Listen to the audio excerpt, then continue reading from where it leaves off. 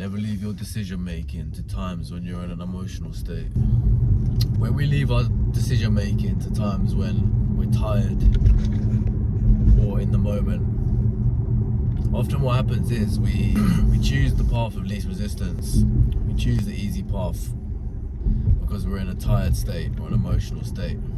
It causes us to make rash decisions and decisions that don't benefit us long term. You need to make decisions in times when you're in a calm, rational state.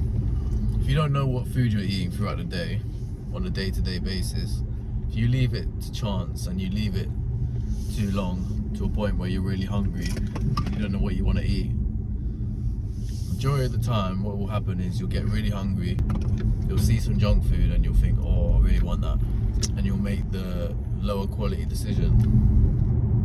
But if you food prepped, got all your food ready, knew what you're going to eat, spread your meals out throughout the day, you're not going to let yourself make decisions. You're making decisions in the right frame of mind, and you're taking away your decision making, so you're freeing up mental headspace too.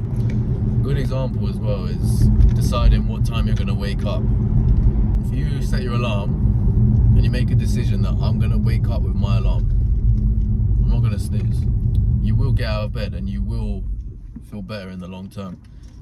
I used to do this. I used to never be able to get out of bed. Had a real problem. I was always able to get out of bed on days where I was going to work on shift, but I always had a problem getting up on my days off. I just couldn't get out of bed. I was always sleeping in bed, always snoozing, and it was because my alarm would go off and I would snooze it for 10 minutes. Who doesn't want to snooze their alarm for 10 minutes or half an hour or get another hour in bed? Who doesn't want to do that? I think every human being in the world wants to have spent longer in bed. Everyone knows that feeling of when you wake up with your alarm, the one thing you want to do is just turn it off, go back to sleep. But I found that I was becoming depressed because I was sitting in bed knowing that I should be awake, knowing that I want to get up but I can't, I'm so tired. That sort of feeling makes you feel powerless. When you make a decision that you're going to get up regardless of how you feel, it's a powerful feeling. It's very liberating because you know that anything could be wrong with you. You could have a massive flu, you could have had 1 hour sleep, but regardless, you can take action, you can get up. So in the short term, you're going to feel more tired, of course, but in the long term, even the short to long term, you're going to feel way better about yourself.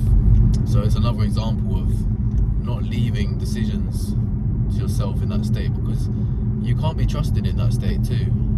I used to do this when I was working from home in the lockdown. I would snooze my alarm and I'd just keep snoozing it. I'm on shift and I would just keep snoozing my alarm.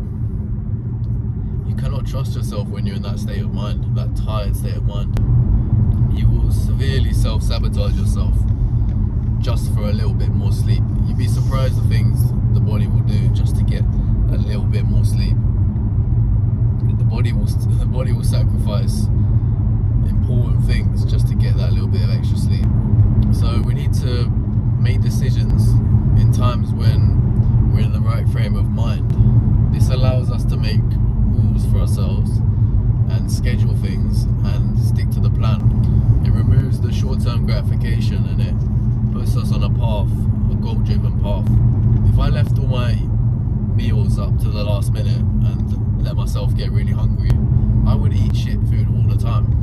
I like eating junk food on occasion as a reward, but if I left my decision making to the last minute every time, I'd end up just eating tasty food all the time, because you're letting your emotions get the better of you.